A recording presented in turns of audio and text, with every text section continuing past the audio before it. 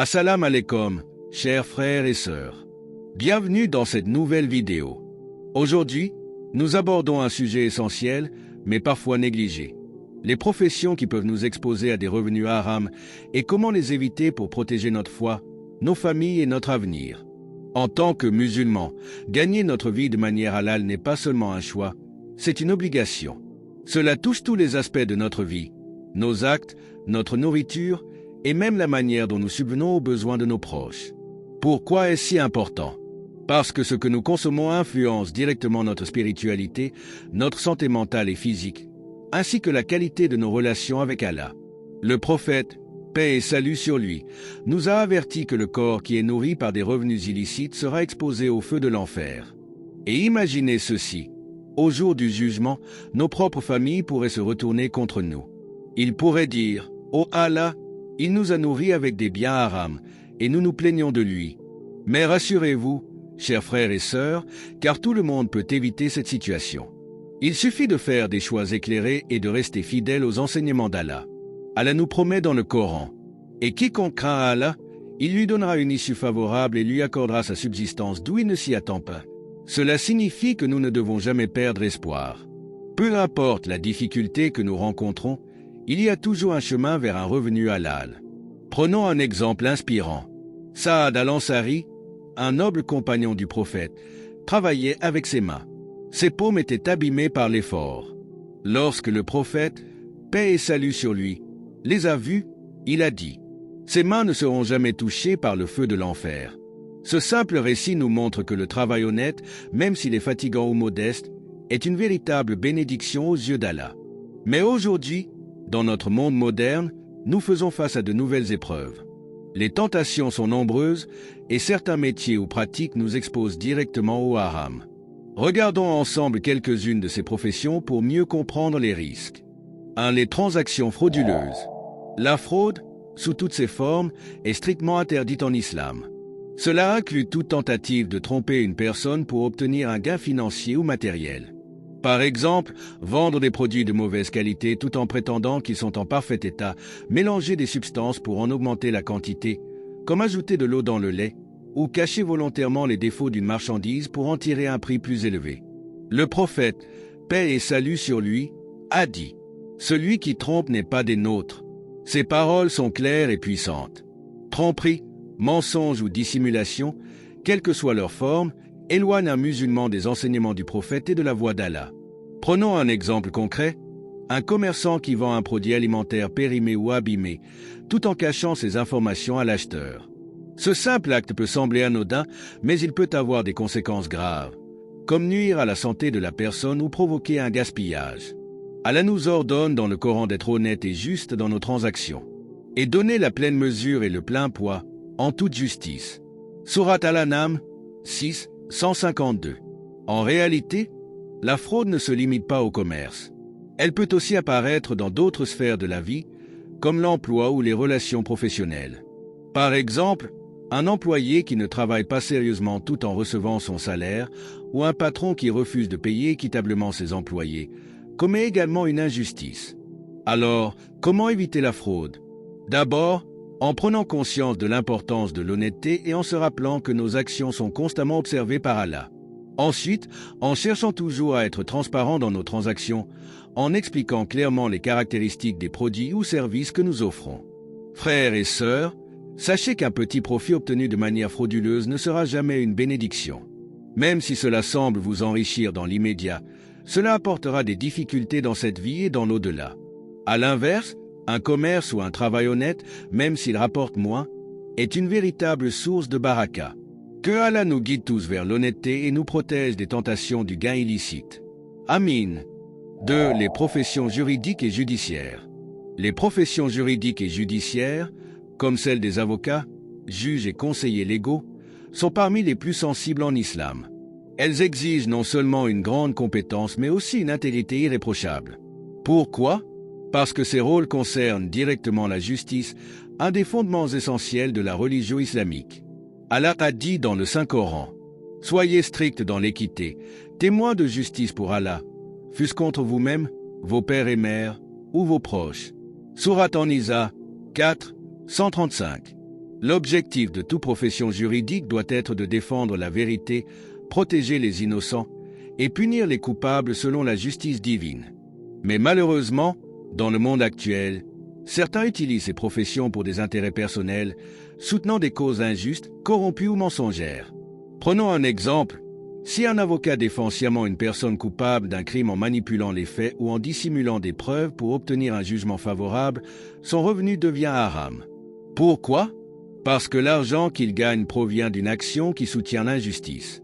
Le prophète, paix et salut sur lui, a mis en garde contre cela lorsqu'il a dit « Celui qui soutient une cause injuste ou est un oppresseur, il s'attire la colère d'Allah. De même, un juge doit rendre ses décisions avec impartialité et craindre Allah dans chaque jugement qu'il prononce.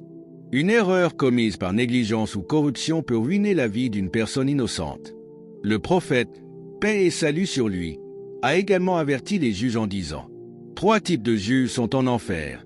Celui qui juge sans connaissance, celui qui sait mais qui juge injustement, et celui qui juge équitablement, mais dont l'intention n'est pas sincère. » Alors, comment exercer une profession juridique de manière halal? Toujours chercher la vérité avant de défendre une cause. Refuser de représenter une personne ou une affaire que l'on sait injuste ou mensongère. Rester honnête dans les preuves présentées et éviter toute manipulation des faits. Rendre des jugements basés sur la justice et la crainte d'Allah, sans céder aux pressions sociales ou financières. Frères et sœurs, il est important de comprendre que le rôle d'un avocat ou d'un juge peut être une grande source de récompense s'il est pratiqué avec sincérité et justice. Défendre les opprimés, libérer les innocents et aider à établir la vérité sont des actes nobles qui rapprochent de l'agrément d'Allah. Que Allah nous guide dans nos professions, nous accorde la sagesse et nous protège de l'injustice et de la corruption. Amin. 3. Le commerce d'objets interdits. Dans l'islam, tout commerce ou activité liée à des objets haram est strictement interdit. Ce principe découle de la règle fondamentale selon laquelle ce qui est haram à consommer ou à utiliser est également haram à produire, vendre ou promouvoir. Allah, dans sa sagesse, a établi ces règles pour protéger l'humanité des pratiques nuisibles. Prenons un exemple concret. La vente de statues, d'instruments de musique interdits ou d'objets destinés à des activités illicites, comme des outils de jeu de hasard, est interdite car ces objets sont souvent utilisés à des fins qui vont à l'encontre des principes islamiques. En facilitant leur accès, le commerçant participe indirectement à des actions blâmables, ce qui rend ses revenus haram. Le prophète, paix et salut sur lui, a dit « Quand Allah interdit une chose, il interdit aussi son prix. » Imaginons une personne qui décide de vendre des boissons alcoolisées sous prétexte que ce n'est pas elle qui les consomme. Cela est une grave erreur. En participant à ce commerce, cette personne encourage le péché et gagne un revenu qui n'est pas pur. Le prophète, paix et salut sur lui, a maudit plusieurs catégories de personnes liées à l'alcool, y compris celui qui le fabrique, celui qui le transporte et celui qui le vend. Un autre exemple est celui des statues et des images idolâtres. Ces objets peuvent être utilisés dans des pratiques d'idolâtrie ou de glorification de choses autres qu'Allah. Bien que certains les voient comme de simples objets décoratifs, leur commerce est interdit car ils peuvent entraîner des péchés graves. Comment éviter le commerce des objets haram? Toujours s'informer sur les produits que l'on souhaite vendre et vérifier leur conformité avec les enseignements islamiques. Éviter les marchandises dont l'usage principal est illicite, même si elles semblent inoffensives. Privilégier le commerce de produits halal et bénéfiques pour la communauté, tels que les aliments permis, les vêtements modestes ou les livres éducatifs. Se rappeler que les bénédictions d'Allah résident dans un revenu pur et que le commerce halal apporte la sérénité et la baraka dans la vie. Le prophète, paix et salut sur lui, a dit « Celui qui gagne un revenu pur, le mange et nourrit sa famille avec, verra ses prières exaucées et ses bonnes actions acceptées. » Chers frères et sœurs, il est de notre devoir de nous éloigner des formes de commerce illicite et de rechercher les moyens halal pour gagner notre subsistance. En évitant les objets interdits, nous protégeons non seulement nos âmes, mais aussi notre famille et notre communauté. Que Allah nous accorde la baraka dans nos revenus et nous guide vers des activités économiques qui plaisent à lui seul. Amin. 4. La contrebande et le commerce illégal. Dans l'islam, respecter les lois et les règlements établis par les autorités légitimes est une obligation, tant qu'ils ne contredisent pas les principes islamiques. Le commerce illégal, y compris la contrebande, est donc strictement interdit. Ces pratiques, bien qu'elle puisse sembler lucrative à court terme, apporte de nombreux problèmes à la fois spirituels, sociaux et économiques. Pourquoi la contrebande est-elle haram? La contrebande consiste à transporter ou à vendre des marchandises en violant les lois d'un pays. Cela peut inclure l'importation ou l'exportation de biens sans payer les droits de douane, la vente de produits non réglementés ou l'introduction clandestine d'articles interdits. Ces activités sont haram pour plusieurs raisons. Violation de la confiance publique. La contrebande sape les lois qui sont mises en place pour assurer la justice et l'équité économique. En islam, tout acte qui nuit à la société ou à l'État est blâmable. Encouragement à la corruption. Les activités illégales, comme la contrebande, nécessitent souvent le recours à des pratiques corrompues, comme le paiement de pots de vin ou la falsification de documents. Allah interdit toute forme de corruption, comme mentionné dans le Coran, et ne se met pas la corruption sur la terre après qu'elle ait été réformée. Sourate Al-Araf 7, 56. Atteinte à la société. Les produits introduits illégalement peuvent être de mauvaise qualité, dangereux ou nuisibles pour la communauté. Par exemple, les médicaments contrefaits ou les produits non conformes aux normes de sécurité peuvent causer des dommages irréparables. Les conséquences spirituelles et pratiques. Le prophète, paix et salut sur lui, nous rappelle que les revenus tirés de sources illicites sont dépourvus de baraka, bénédiction. Une personne qui se livre à la contrebande met en danger sa relation avec Allah. Non seulement ses prières risquent de ne pas être exaucées, mais elle devra aussi rendre des comptes pour les torts causés à la société. De plus, les revenus illégaux apportent souvent des troubles dans la vie d'une personne. L'argent mal acquis peut sembler abondant, mais il finit par disparaître rapidement ou par causer des problèmes. Comment éviter la contrebande et ses tentations? Cherchez une subsistance halal. Rappelez-vous qu'Allah a promis de subvenir aux besoins de ceux qui le craignent et qui cherchent à respecter ses commandements. Faire preuve de patience. Parfois, les gains licites peuvent sembler modestes, mais ils sont pleins de baraka et de sérénité. S'éduquer sur les lois locales, comprendre les règles commerciales d'un pays peut aider à éviter les activités illégales. Avoir une intention pure. Avant de se lancer dans toute activité économique, demandez-vous si celle-ci est bénéfique pour vous, votre famille et votre communauté. Une anecdote pour réfléchir. Un jour, le prophète, paix et salut sur lui, a mentionné qu'un homme en voyage, les mains levées vers le ciel, invoquait Allah pour obtenir son aide. Cependant, ces invocations n'étaient pas acceptées car il se nourrissait de haram, s'habillait avec des vêtements acquis de manière illicite et vivait dans une maison bâtie avec des revenus interdits. Chers frères et sœurs, ce hadith est un rappel poignant de l'importance de rester sur le chemin du halal. Même dans les moments difficiles, faites confiance à Allah et détournez-vous des pratiques illégales comme la contrebande. Que Allah nous éloigne des chemins illicites et nous accorde une subsistance pure et bénie. Amin. 5. La comédie professionnelle et les blagues excessives. L'islam n'interdit pas l'humour ni les moments de détente. Cependant, il met en garde contre les excès et les dérives qui peuvent résulter de la comédie professionnelle et des blagues excessives. Le rire est une bénédiction, mais il doit être pratiqué avec sagesse et dans les limites des principes islamiques. Le prophète, paix et salut sur lui, lui-même a partagé des moments de légèreté et de plaisanterie, mais toujours dans le respect de la dignité et de la vérité. Pourquoi la comédie professionnelle est-elle déconseillée?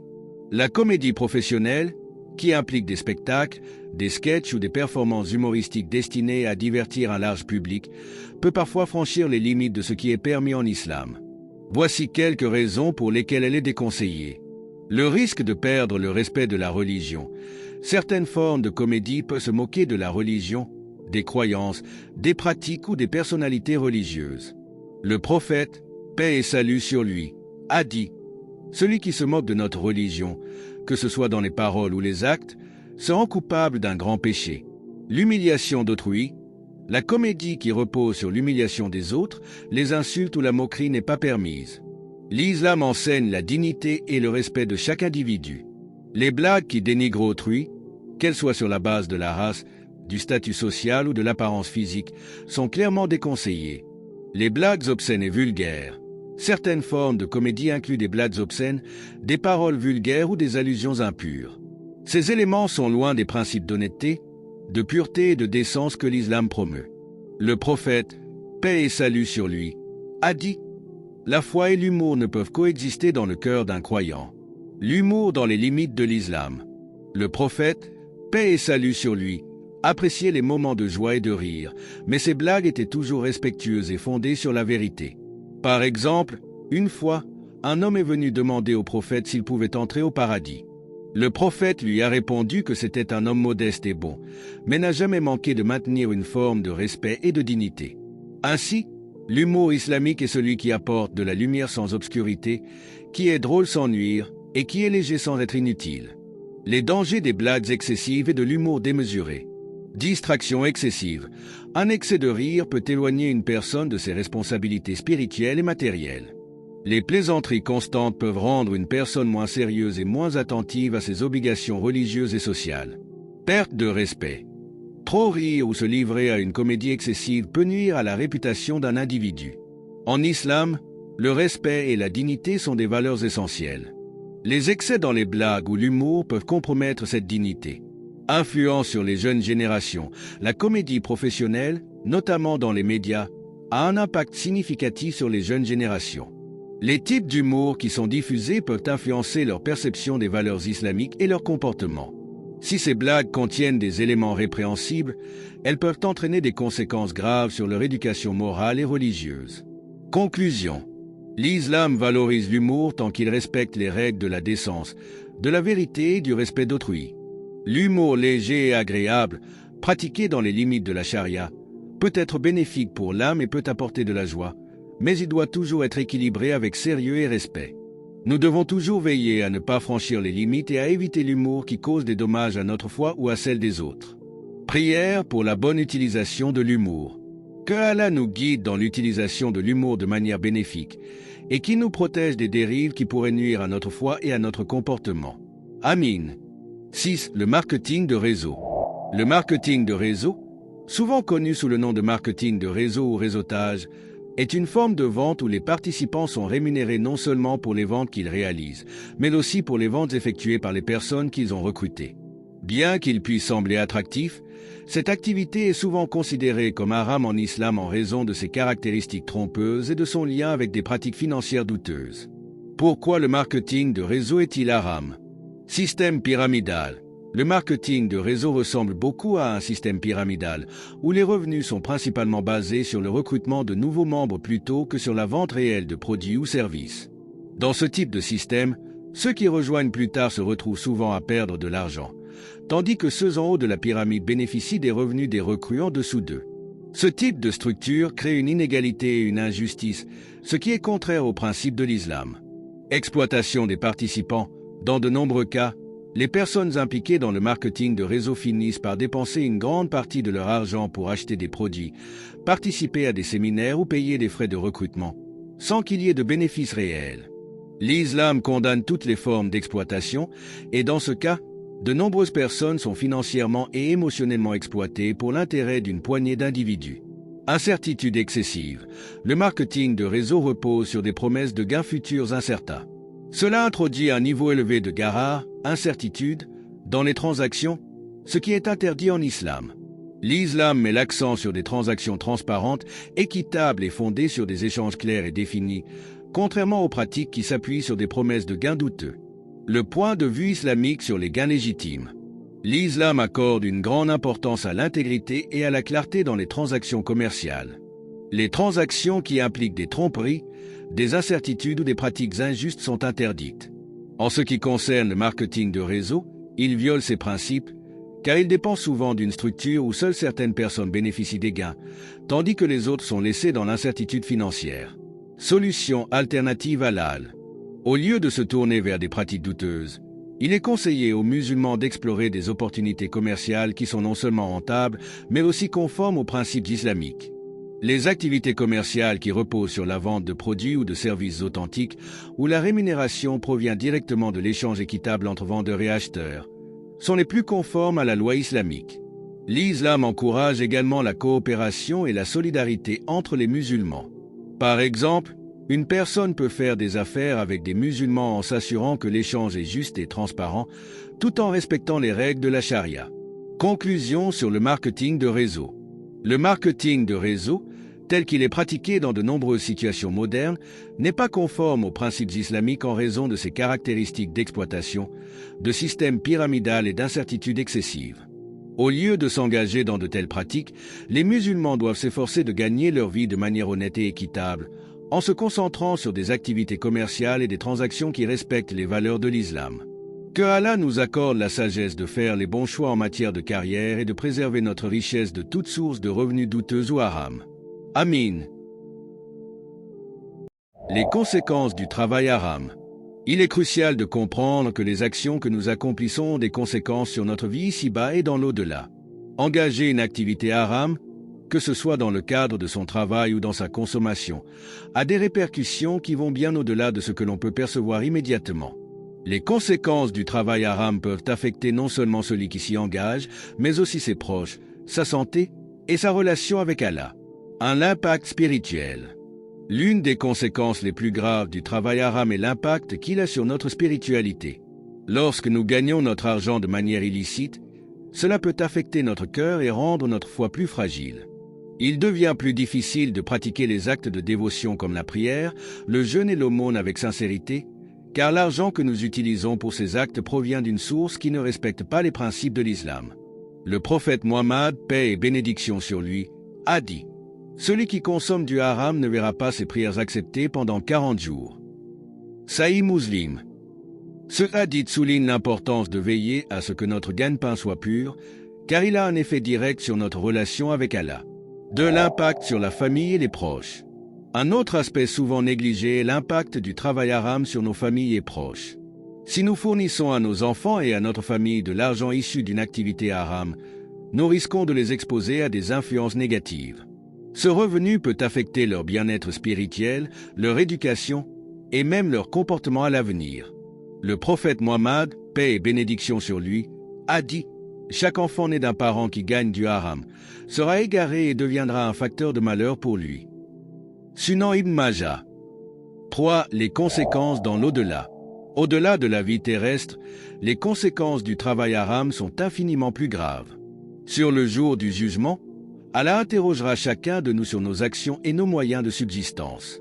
Si une personne a accumulé de l'argent par des moyens illicites, ce sera un fardeau pour elle. Le prophète Mohammed, paix et bénédiction sur lui, a averti « Celui qui gagne de l'argent de manière haram, sa prière ne sera pas acceptée. » Sahih al-Bukhari. De plus, le travail haram peut entraîner une punition dans l'au-delà si on ne se repent pas sincèrement. Cependant, il est important de se rappeler que la miséricorde d'Allah est immense et que ceux qui se repentent et s'efforcent de revenir sur la voie droite peuvent espérer la clémence d'Allah. 4. Le chemin vers la rédemption. Le plus important est de comprendre qu'il est toujours possible de rectifier nos actions et de revenir à la voie du bien. Si vous avez été impliqué dans une activité haram, il est crucial de cesser immédiatement, de demander pardon à Allah avec sincérité et de chercher des moyens de gagner un revenu halal. Le prophète Mohammed, paix et bénédiction sur lui, a dit « Allah accepte le repentir de ses serviteurs tant qu'ils ne sont pas sur le point de mourir. » Sahih Muslim. Cela montre que peu importe les erreurs que l'on a pu faire, Allah est toujours prêt à pardonner ceux qui se repentent sincèrement. Se détourner du haram est une démarche noble et cela peut conduire à une vie plus bénie, une paix intérieure et une relation plus forte avec Allah. Les conséquences du travail haram sont lourdes et affectent non seulement notre foi, mais aussi nos proches et notre vie future. Toutefois, avec la sincérité du repentir, nous pouvons rétablir notre lien avec Allah et obtenir sa miséricorde. Il est important de toujours choisir des moyens de subsistance qui respectent les enseignements de l'islam, non seulement pour notre bien-être ici-bas, mais aussi pour notre salut dans l'au-delà. Nous arrivons à la fin de cette vidéo. Je tiens à vous remercier sincèrement pour avoir pris le temps de regarder et d'écouter ces informations importantes. J'espère que cela vous a aidé à mieux comprendre les implications religieuses de certaines professions et à vous guider vers un mode de vie plus conforme à l'islam. Si vous avez trouvé cette vidéo utile, n'oubliez pas de vous abonner à la chaîne et de la partager avec vos amis et votre famille. Votre soutien est précieux et nous permet de continuer à créer du contenu de qualité qui vous aide à grandir spirituellement. Ensemble, nous pouvons aider à répandre le bien et à encourager les bonnes actions. Merci encore pour votre attention et qu'Allah vous bénisse et vous guide vers ce qui est meilleur. À bientôt.